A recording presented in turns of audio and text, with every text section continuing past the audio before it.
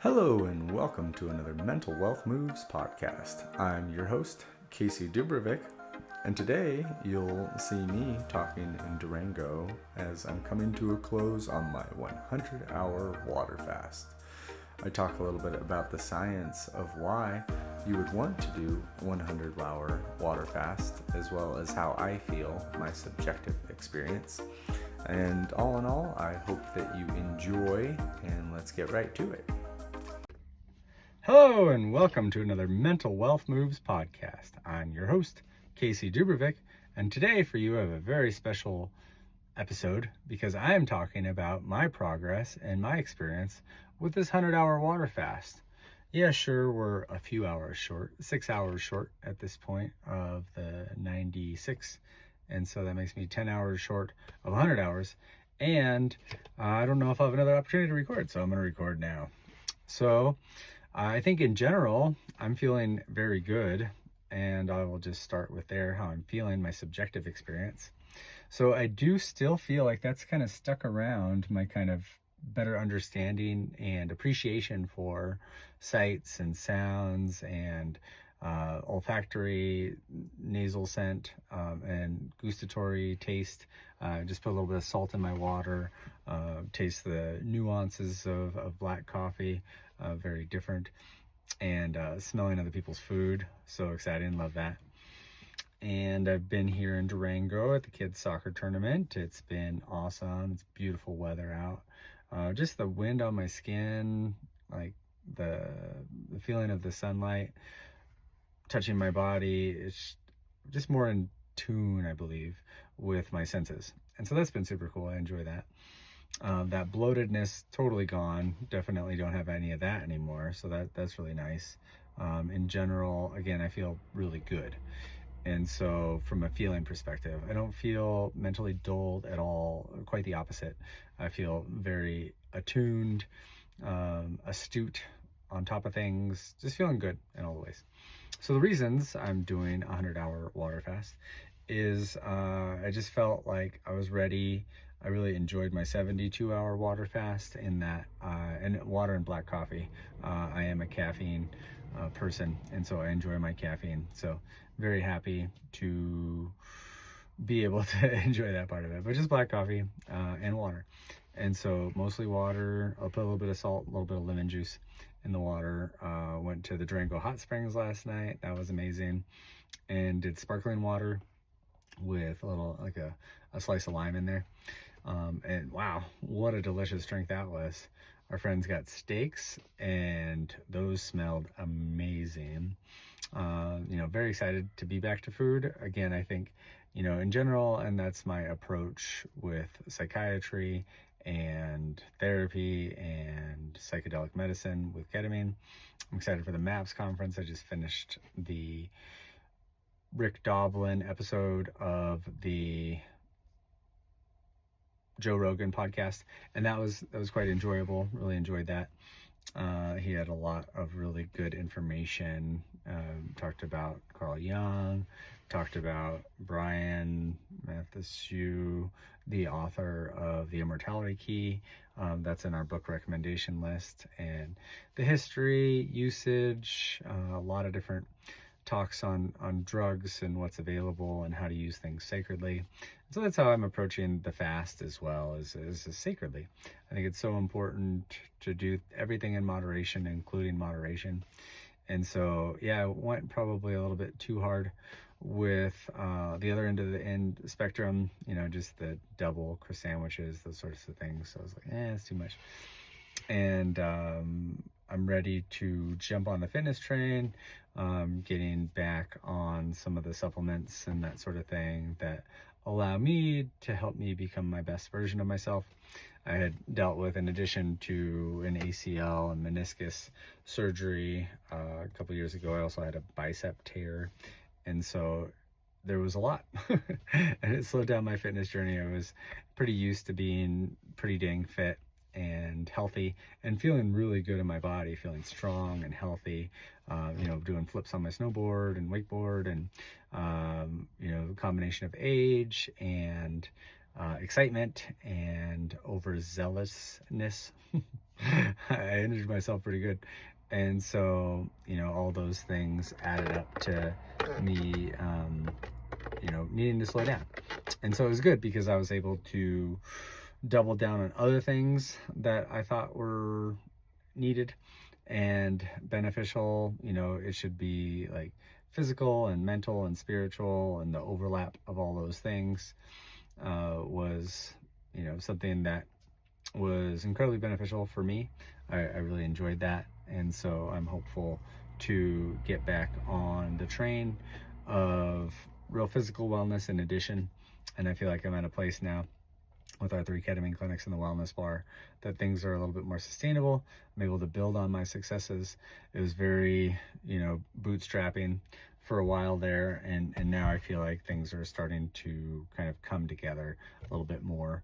Working my katukas off and reaping the benefits. It feels really good to be in a space where I can help people significantly, help people help themselves, and help people remember that they've always been their own best healer and the most capable of helping themselves. And so that's been incredibly rewarding work. It continues to be, and I'm excited for that. ROHCT Wellness Bar is kind of an extension of Revitalize Ketamine Clinic, Revitalize, Optimize, and Harmonize Clinic and Therapeutics. What comes after, right? Revitalize, recognizing you're in a pit, recognizing things can be better for yourself. Optimizing, kind of that daily practice, right? Like cold plunge, which we did at the Durango Hot Springs. If you get a chance, you should go there. They have a couple of pools that are the contrast therapy, where there's a cold plunge right next to a hot tub, and it's fun to be able to jump back and forth. Again, the literature supports, being able to do alternating, always ending on the cold, and around 3 minutes seems to be the sweet spot of staying in the cold, and really being able to offer that at the wellness bar. It's so invigorating for me, and invigorating for most people who jump in there. A big part of the science is surviving something difficult. That's been super cool. And so cold plunge, sauna, conscious human connection.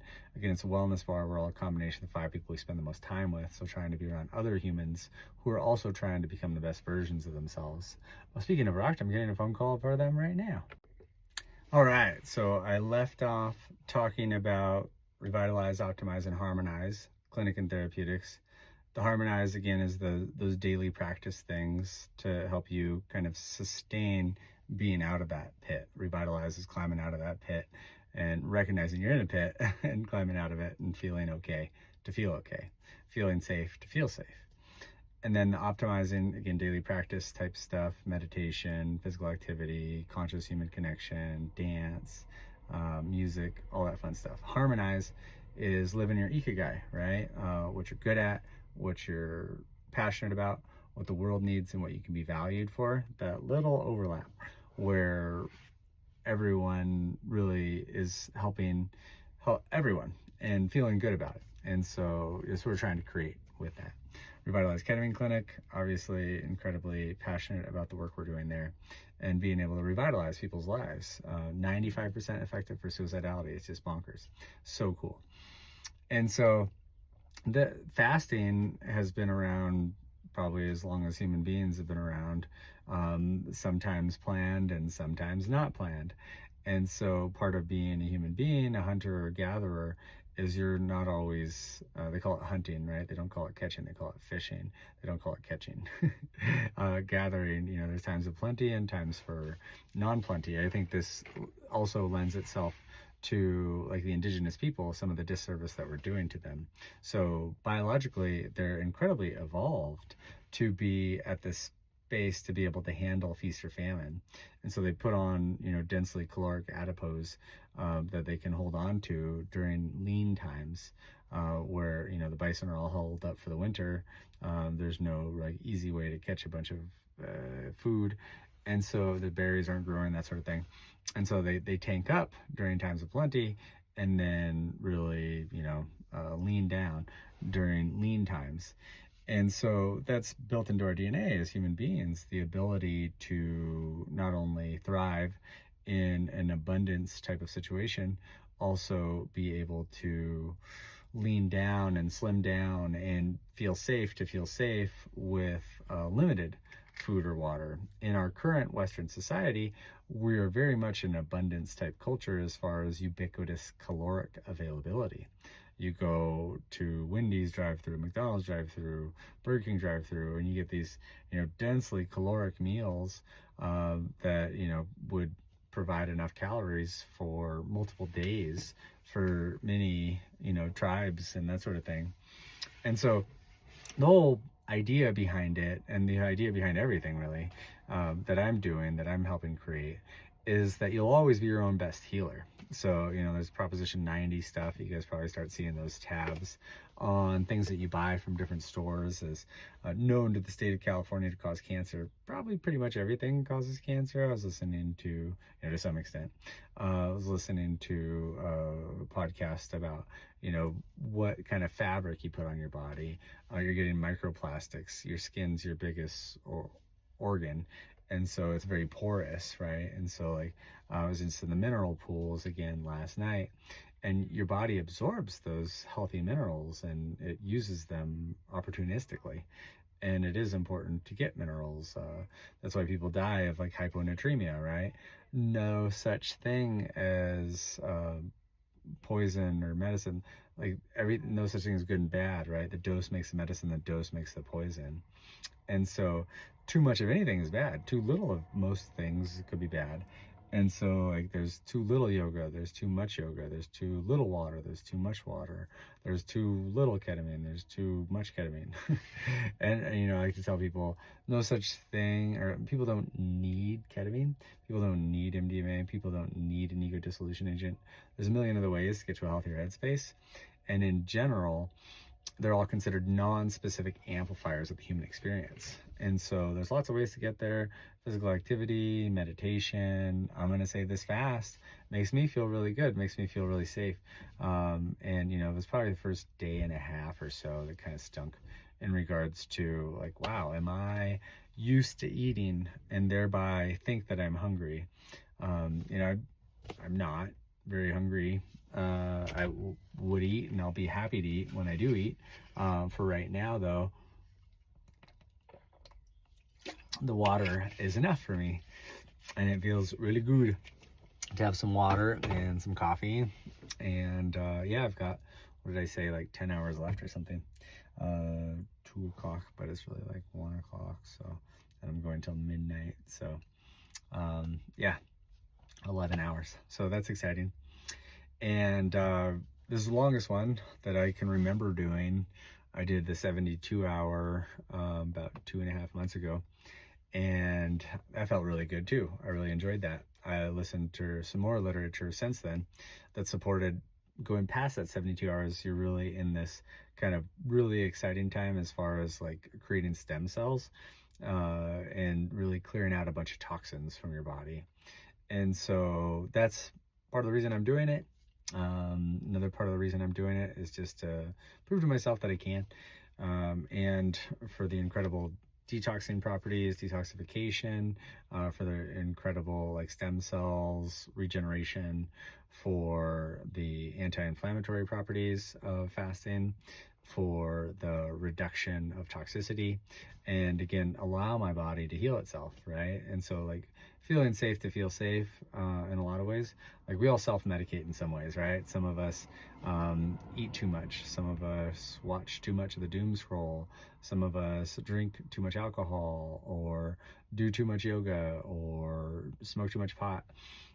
Anything in excess is probably not the move, in my opinion. So really trying to recognize, hey, why am I doing this? And am I doing it to try to avoid something else or feeling a feeling? The journaling exercise, really powerful. You think of kind of the index trauma if you can. If you can't, then go to the most recent trauma of a certain type of way that you felt and journal about that same thing 4 consecutive times for at least 40 minutes, I think is around that time. There's some people saying like 20 to 40 minutes. And if you should put pen to paper for 40 minutes, 4 consecutive times, and that will significantly reduce the reactivity that human beings have to that trauma. And so that's pretty cool, right? And it's like the best version of self-therapy. A lot of people like, I go to my therapist, I've been going to my therapist for decades, and I just feel like we're hanging out. I'm like, well, like, I don't want you to see anyone indefinitely from a kind of professional relationship. Like, maybe if you're like checking in periodically just to make sure everything's good, like, that's fine. If you're seeing someone like weekly, kind of indefinitely, I think that's, you know, there's a bigger thing that needs to be solved. Again, there's four main types of trauma. There's the big capital bold T's of each type of those four, and the little italic T's of each type of those four. And trauma is super subjective. One person can see their best friend ever blown up next to them on the battlefield, not be terribly affected because of genetic factors, resiliency, and someone else can be called a name once on the schoolyard and it can haunt them forever. It has a large part to do with your empathy, how connected you are to your own emotionality, as well as the emotionality of those around you, and that greater collective emotionality. I always tell my clients intelligence and empathy is kind of a deadly combination. Just because you can doesn't mean you should. Like, evolutionarily, like, all this stuff happened too quickly. Our brains haven't caught up. We should be going to sleep with the sun, waking up with the sun, living off the land with like 13 families where everyone's a cog in the wheel, and that your role is super well appreciated and needed for the tribe to thrive. That gets lost in an economy of scale.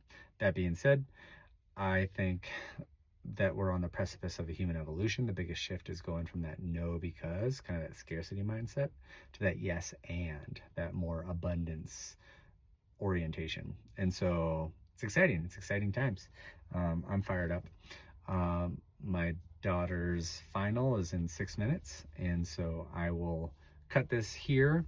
Know that I'm really enjoying my fast, that I feel like there was a lot of value added in my life doing this fast, and I highly recommend it to everyone. I think I'll probably put it in our integration book as an option if you want to get the most out of treatments.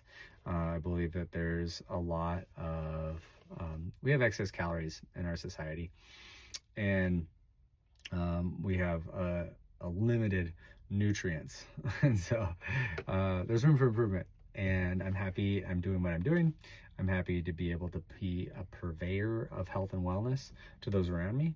And I really appreciate you taking the time to listen and watch this. I know it's kind of brief, and I haven't done a podcast in a while, so I will be getting back to more regularity. If you or someone you know has an interesting story about health and wellness, potentially psychedelic medicine like ketamine, I'd love to have you as a guest on the podcast. So reach out and we will chat. Thank you so much. Or also transcranial magnetic stimulation, or meditation, or cold plunge, or sound healing, or red light therapy, or sauna, or lymphatic massage. Like, there's a lot of really cool technology that I'm part of that I'd love to be able to share with others. Oh, and also, biggest thing I'm working on, probably Epic Biosciences. Really cool, exciting stuff happening there. If you want to be part of that, or you want to know more about that, reach out to me.